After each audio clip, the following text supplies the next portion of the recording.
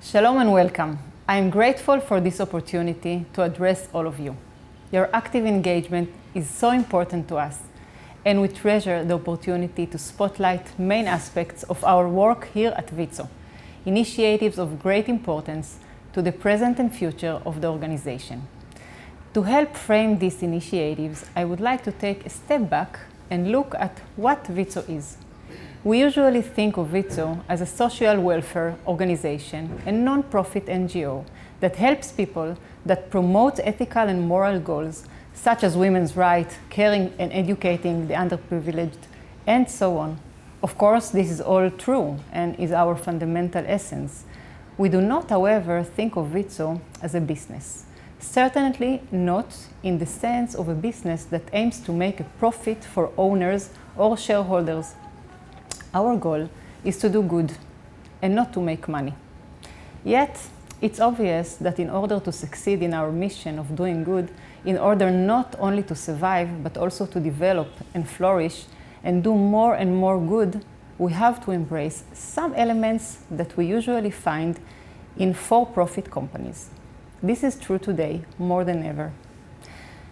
What does acting like a business mean for an organization like WIZO?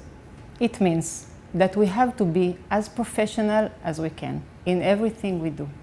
We need to be the best and most committed volunteers and employees that we can be.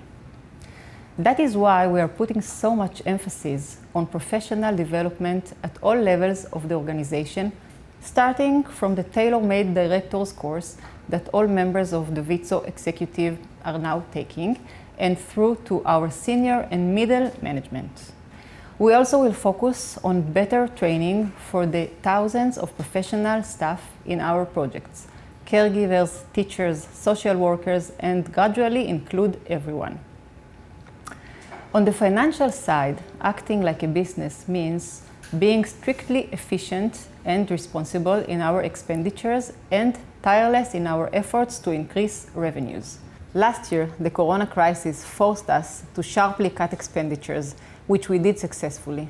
This was a painful process that required sacrifice, hard work, and changes in how we do things, changes that we need to maintain in the long term. A new discipline. But as hard as it was to reduce expenditures, increasing revenue is a challenge of a very different sort. It requires us to change the way we think. We need to increase the revenue we receive for the services we provide, and to find new sources of income.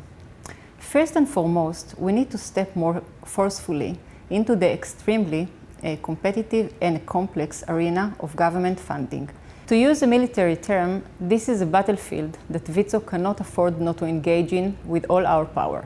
We need to make clear to the national government ministries, such as welfare and education, that WIZO is a valued and indispensable partner.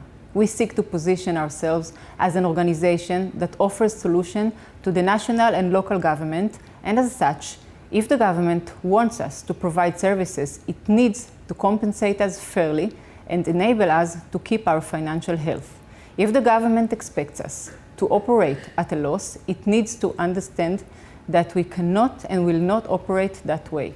WIZO is here to serve Israeli society, not to save the government money. This is true on both the national and local levels. We cannot incur large deficits by operating daycare centers in neighborhoods with few children or invest millions of shekels in buildings owned by the municipalities without receiving a long-term operating lease. Working with the government in Israel is a huge challenge. It requires us to be smart, strong, and strategic. There are many areas in which we need to be more engaged, and we are currently mapping those areas and formulating a strategic plan for moving ahead. One major example is how we are compensated for our daycare centers. The compensation is based on a formula of what is called the basket of inputs. This formula has not been adjusted for almost 10 years, and therefore does not reflect the real current costs. It also doesn't reflect reasonable salary for our caregivers, and this has created a chronic shortage of qualified personnel to take care of Israel's children.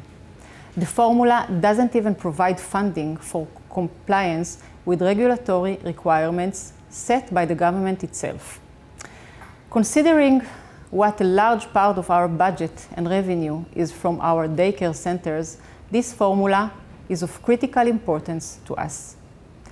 Another aspect of increasing our revenue is to find ways to create new profitable services and to monetize our assets. One example is WIZO's chain of 50 bigudiot, second-hand or vintage clothing stores. It's clear that we also need to be online, and we are looking for sources for doing so, and create the bigudit online. Yes, WIZO needs to act like a business when it comes to expenditures and income. After all, if we cannot be financially healthy, we cannot fulfill our purpose. The Jewish tradition teaches us, Im en kemach, en Torah. If there is no bread, there is no Torah. But this is not all about money. First and foremost, every organization, from a non-profit NGO to a multinational corporation, from WIZO to Google and Amazon, every organization needs to define its mission and its objectives and have a strategy to achieve them. Of all important initiatives that Anita and I presented today, the most important one is the strategic assessment process we are undergoing together with Lotem Consulting. Anita mentioned the two-day conference we recently held called WIZO Future Search.